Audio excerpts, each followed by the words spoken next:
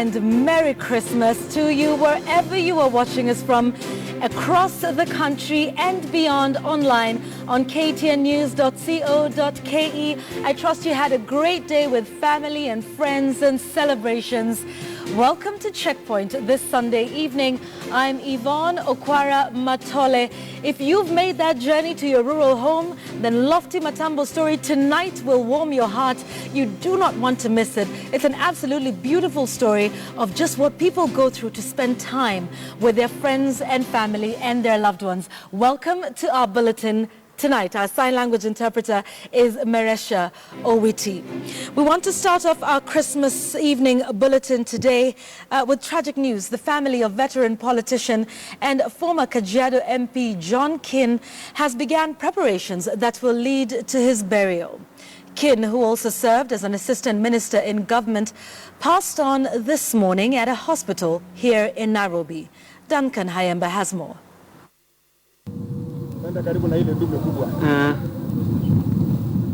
The veteran politician and Maasai community elder has been ailing for a while, and that has seen him in and out of hospital of late. The late Kin is said to have been admitted at the Nairobi Aga Khan Hospital on Wednesday.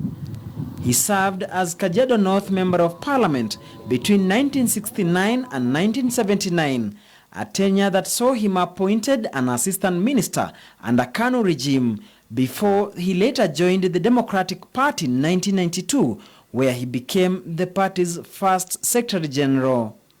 Deputy President William Ruto led a host of leaders in sending their condolence messages to Kin's family. In his message, Ruto eulogized Kin as a leader who was in the forefront of championing democracy and freedom of expression. CORD leader Raila Odinga, who visited the late Kin recently when he was admitted in hospital, described him as a fierce defender of human rights. He was sacked from his position as assistant minister because of the very strong stand he took against the forces of repression. His co-principal Kalonzo Musyoka termed him as a great freedom fighter for Kenya's independence, saying he was an illustrious, astute and forthright politician. Amani National Congress Party leader Musalia Mudavadi termed his death as a big blow to the nation. John Kin, for many years, was a very, very strong and vibrant and sometimes controversial personality in Kenya's politics. His current home was full of activity as family and friends trooped in to condole with the family as funeral preparations got underway. It's yet another blow to the Maasai community and the country at large following the demise of a vocal human rights defender, the late John Kin, whose death comes barely 3 months after yet another leader from the Maasai community, William Timama, passed on. Duncan Hemba, KTN. A recovery operation is underway after a Russian plane crashed into the Black Sea, killing all 92 persons on board. The military plane was flying to Syria, carrying dozens of Red Army choir singers, dancers and orchestra members. The Russian Defense Ministry said the plane had disappeared from radar screens at 5:25 a.m. just 2 minutes after taking off from Adler in southern Russia en route to Syria. At least 60 of the passengers were members of the Red Army Choir, also known as the Alexandrov Ensemble, who were being flown out to Russia's Maymim air base in Syria to entertain troops in the run-up to the new year. 9 Russian reporters had also been on board, as well as military servicemen.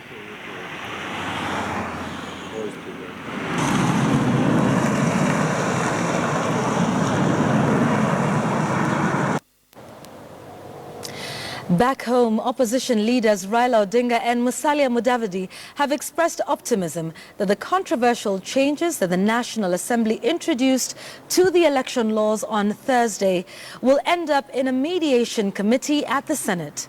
Meanwhile, Water Cabinet Secretary Eugene Wamalwa has warned that the planned mass action by the opposition would plunge Kenya into chaos. we are not interested in confrontation.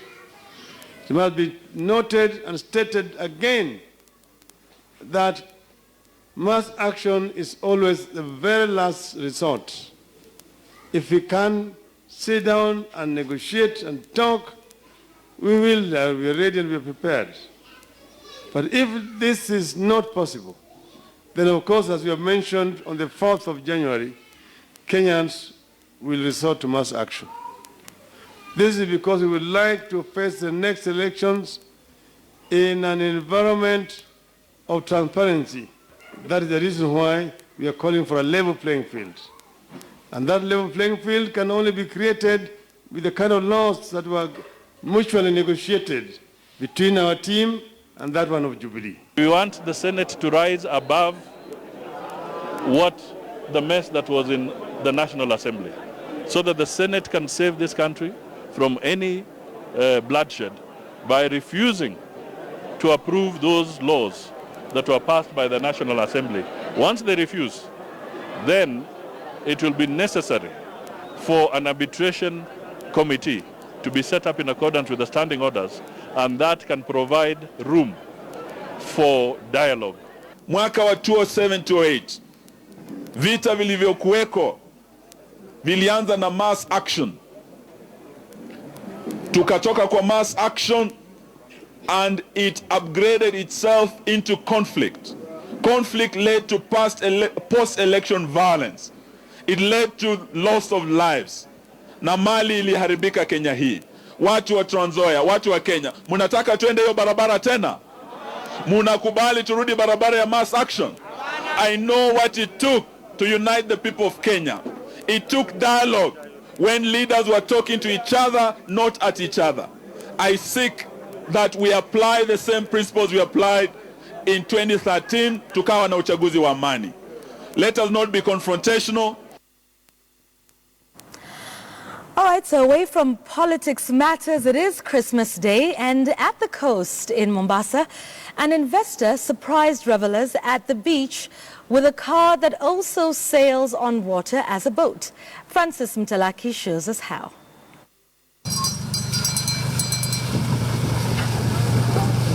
It all begins here with a customized and sleek new car, a jeep, roaring straight into the open ocean waters.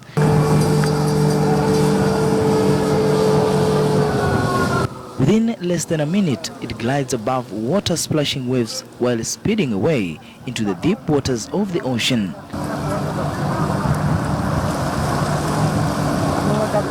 It weighs 1.5 tons with a 3.6-liter engine, cruising 40 miles an hour on water.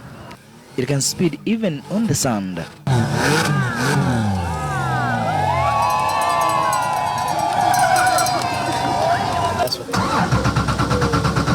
And then came the opportunity for us to enjoy the ride. You okay? I'm okay. It's going to be rough, so you're holding on tight? Yeah. Most of the spectators only wished to have this ride, even if it is only once on this Christmas Day. Mwenyewe atuambie ni gari aina gani hili, juu yenyewe ni gari la maajabu. Nafikiri ni maajabu ya ulimwengu. Ningeenjoy vizuri sana, lakini sema pengine kuna malipo atanishinda, lakini kama zawadi ya Christmas, ningependa pia kutembea na kuenjoy ndani ya maji. The feeling was just wow, because first I was just imagining maybe the car will sink, you know, because it's a new thing for us in Kenya. And once it started to float, then suddenly it just raced and it just went speed, then it skidded, so it was just wow. I just felt I was in another world. The festive period, he is not doing any business, it's his car for pleasure, and he accepted that he can carry the Father Christmas. For the rest of the clients, we never told them, even staff were taken by surprise, but it was really nice. Despite the owner of this water car declining to grant us an interview, Kenyans have been treated to a unique experience. Francis Mtalaki, KTN News, Mombasa. All right, looks like that was some great fun there at the coast. Now, despite some preferring to spend this festive season upcountry, for those who chose to remain here in Nairobi, the Uhuru Park may have been the place to be this Christmas. Take a look. Boat rides, Ferris wheels, face painting and long queues. Christmas in Nairobi as witnessed at the country's most famous recreational park. Despite many here admitting that the high cost of living had somewhat dampened their Christmas moods, that it seems was not enough to stop them from having a good time. Sio kama the previous years, ni kama imekuwa watu wafurahi, hawako kama Israel masiku zingine. Uhuru Park filled to capacity with families seeking to find some thrill this Christmas season was no short of business opportunities for those on the lookout for them. Mimi ni mfanyikazi wa ngamia. Biashara iko chini kidogo ukilinganisha na last year because saa hii upati pesa zenye ulikuwa kama sasa hivi. Last year ikifika saa hii tulikuwa na kiasi kingi cha pesa. But it appears the day's biggest winners were these children for whom Christmas couldn't have come any sooner. Nairobi's Luna Park hosting a majority of them as they made merry with their peers. Imekuwa poa, tumesherekea, nimekuja na wenzetu hapa tuko. Nimeenda kutembelea nyanya ushago, karudi, ndio maana nimekuja huku leo. Food was in plenty as families unwound their day the best way they know how. Timothy Otieno, KTN News. All right, now let's remind you that Christmas is an annual festival commemorating the birth of Jesus Christ. Now, as we celebrate Christmas today, let's reflect on the history of this festival and the birth of Christ. NBS reporter Joyce Bagala traveled with other pilgrims to Bethlehem, where Jesus was born, and shares the story of Jesus' birthplace.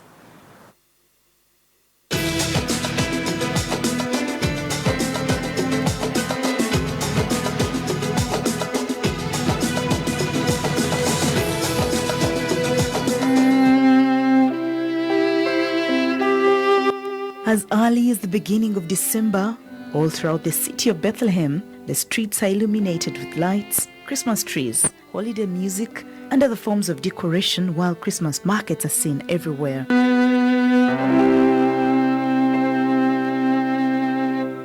Hundreds of artisans are featured during the week's revelries. Bethlehem hosts the Christmas celebrations in a warm, leisurely and friendly manner to commemorate the birth of Christ. A story is told in the Bible of how Jesus was born in Bethlehem in Judea to a virgin mother. Mary and her husband Joseph are said to have traveled from Nazareth to Bethlehem for the census when her labor started. So, where is the exact place of Jesus' birth?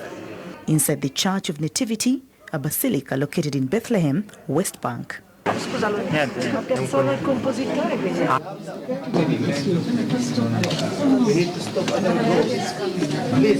Isn't it wonderful and beautiful and miraculous? This is the exact place where Jesus Christ was born.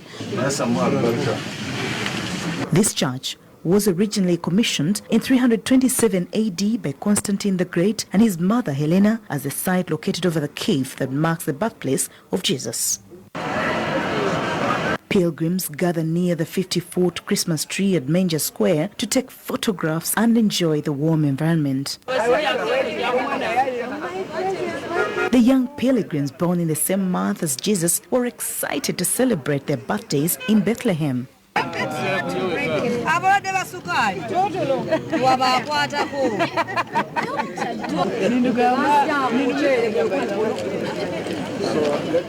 does it feel celebrating your birthday here? It feels very nice. It feels fun and nice. 2 kilometers east of Bethlehem from the center, there is a village, Beit Zahur, where there is the shepherd's field with a church dedicated to the angels who had announced to the shepherds Jesus' birth.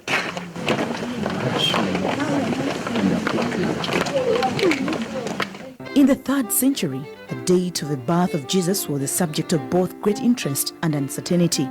Today, most Christians celebrate Christmas on December 25th, which has been adopted almost universally in the civil calendars used in countries throughout the world.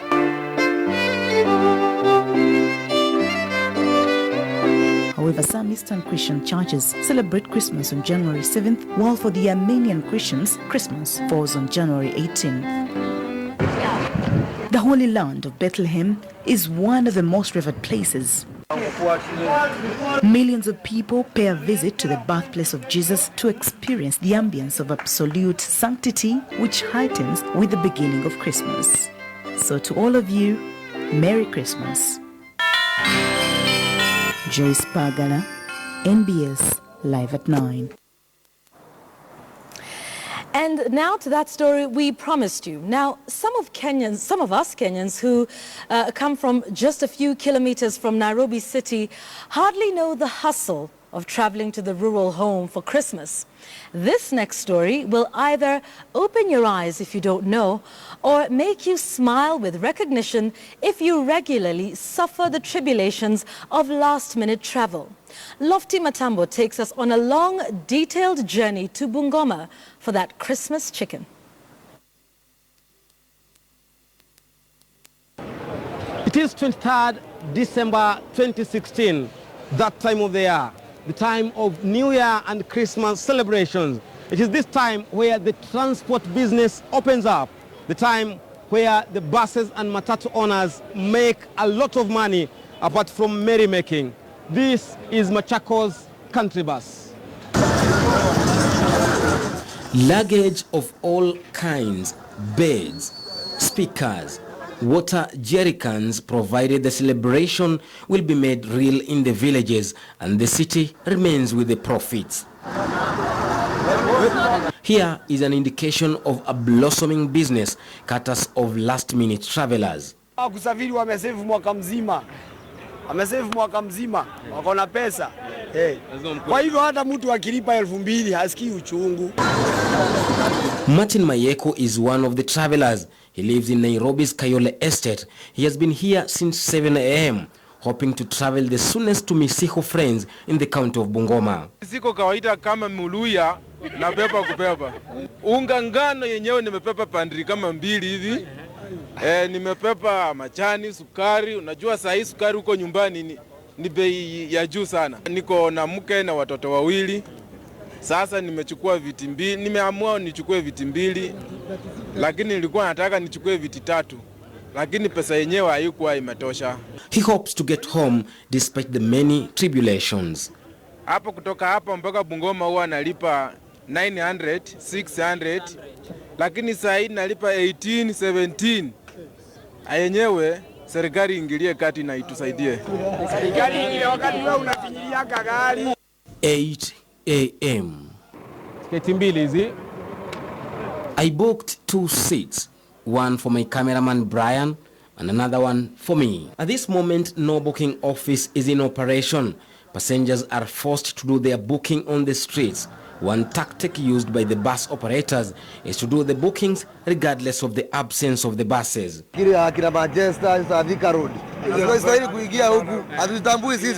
1 p.m. After waiting for about 5 hours, finally the bus, Climax coaches, arrived. Safari ya Christmas. Together we boarded. Another challenge was to wait for more passengers to fill in the 67-seater bus. Preachers decided to fill in the time on behalf of the anxious passengers by turning the bus into a church. According to my watch, it's about 10 minutes to 2 p.m. I've decided to buy these fruits in this transparent paper bag, at least to keep me going. For the rest, I don't know how many hours, because it has been 8 a.m. when we booked the bus, but up to now, we are yet to departure. This is the journey to Bungoma to celebrate Christmas. Perhaps these Christmas carol tunes worked in building up the patience, and at 10 minutes at 4, the 440-kilometer journey started. In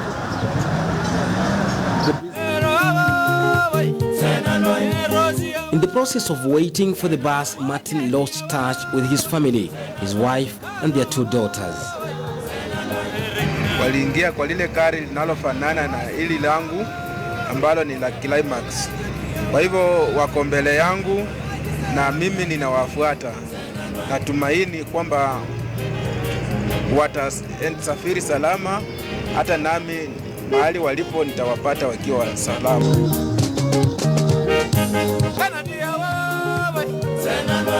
Efforts by the driver to make it in good time bore no fruits. Darkness overtaking us on the road, on a journey that was supposed to start at 8 a.m. and perhaps end at 4 p.m. Anakataa ingo na ni waingo. Sindio? Ingo kwa imeningoja huko nyumbani sana. Jamaa wa ingo, unakataa ingo. Hizi sasa ndo sapa yangu, au sio? Nikwambia msafiri ni kafiri. Nakula kwenye vijikaratasi. Tutafika. Krismasi kwangu imeanza mapema.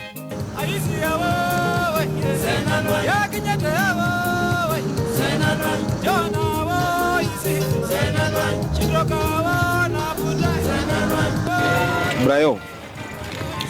Jamaa anakataa kuku. Anakataa ingo na ni waingo. It was now time for passengers to start alighting along the way. Regardless of all the dangers coming with the night, the journey had to continue. Finally, we spotted the Webuye signposts. Most of the passengers contemplated spending the night in the dark, waiting for matatu services in the morning, as motorcycle riders were charging double the normal rate. Martin couldn't wait. No, it's now a few minutes to 1 when we arrive at Webuye town with Martin, waiting to get some other means to get home, probably see whether we're gonna meet the family, wife, the kids, and probably mother, father, brothers and sisters ready for the celebration of Christmas and New Year. Martin is hopeful that he will forget all this agony when he reunites with his family members tonight, and more so, the celebrations awaiting him the following day. Twende.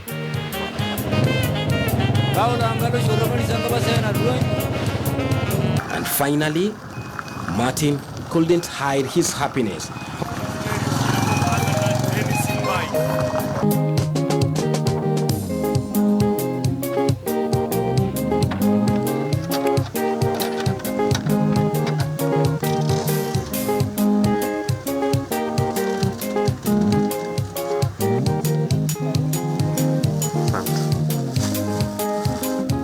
However, their 2 daughters were already asleep, so tired that not even the arrival of their dad could wake them up. Ilikuwa inavaa tukuje pamoja, lakini tulipofika country bus tukaonea kwamba tuende tukunywe chai. Sasa tulipofika huko tukamwacha nyuma kidogo, vile tulipoingia si tukaamua tuende kwa sababu kari ilikuwa imejaa na sisi tulikuwa ndani. Ikabidi tu tuondoke tumwache. Kama ningebaki Nairobi singejisikia vile nimesikia saa hii, sababu Krismasi ukisherehekea na familia yako hakika inakuwa mzuri. Inakuwa mzuri sana. Lika shemeji wangu wote wanakuja na ndugu zangu na dada zangu. Baba, mama vya babake Martin, mamake Martin atakuja pamoja na wenzake, hata madada zake pia watakuja wote. Martin safe and sound in his house, ready for Christmas celebrations in Bungoma after a journey that ended 18 hours after they left their house in Nairobi.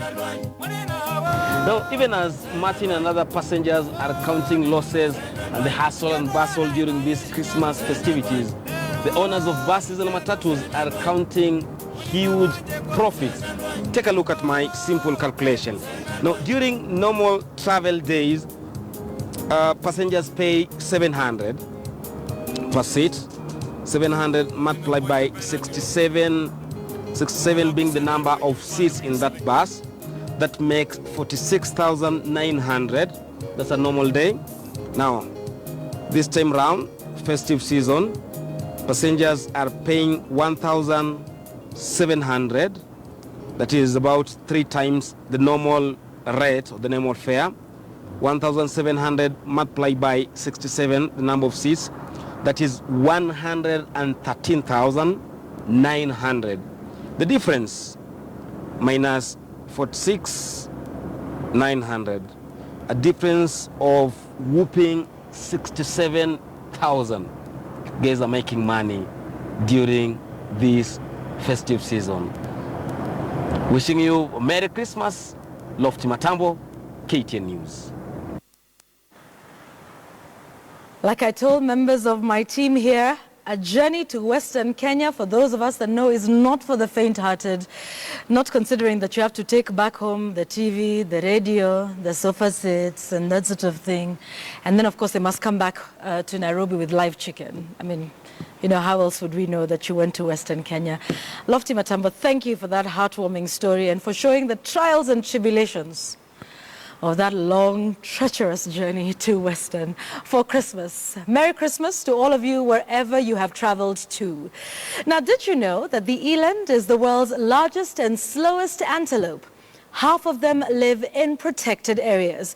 Even though they are not listed as endangered species, they have experienced population decline due to hunting. The common eland are easily found in the Masai Mara. This is the story of Maridadi, one of them, but her life is anything but common.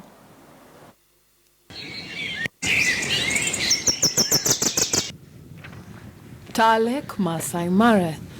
Outside the Masai Mara reserve, man must live, but he is not the only one. The allure of the Masai Mara is twofold: the animals you must go out to find and see for yourself, and the ones that come to you. It's not uncommon to find elands in grassland and acacia savanna areas such as the Mara. This one is a common eland by species, but as an individual there is nothing common about her. Her name is Maridadi, which means beautiful. Jonah Ninayo knows her well. Huyu ni mnyama yenye tumezoeana naye. Every morning anakuja na msafu ndisi mbili. Yaani ni mnyama mwenye amekuwa familia sasa na watu. Hana ubaya. Akipenda watu wenye kuna makastoma anakuja kusimama. Makastoma anapiga picha nayo. Ana sura nao, lakini hana ubaya. Haisi mchapa. Yaani she's a very friendly with her people, everybody. Her story, we are told, dates back nearly 3 years, her estimated age. Her mother was killed by a lion. She was rescued and raised at the fig tree camp. Yeah, she's the only animal in this type coming to town. You see? Yeah. Lelea kwa mdogo kwa kambi fulani pale inaitwa fig tree. Alikakaa kusoeana na watu. Akatumia chance kufuata watu wakikuja huko town. At the time of the migration, there are more than 1.5 million wildebeest recognized as the main characters in the Masai Mara, but 12,000 eland also cross the ranges from the Serengeti and find themselves occupying these plains with other resident eland. We find her again 2 days since the first time we saw her, this time at one of the gates in the reserve with the rangers. Feeding on another eland favorite, flowers. Studies and observations show that elands mature and are ready to mate at the age of 4. The female looks for the most dominant male to mate with. Sometimes she runs to attract them more. And just like human beings, it takes 9 months to carry their young, giving birth to one calf at a time. Hers is a story of embracing humans even when under the same sky. Human and wildlife conflict is not unheard. Here, she may not be endangered and finds a way to blend in, the unlikely eland that she is. Dorcas Wangira, KTN News, Narok County.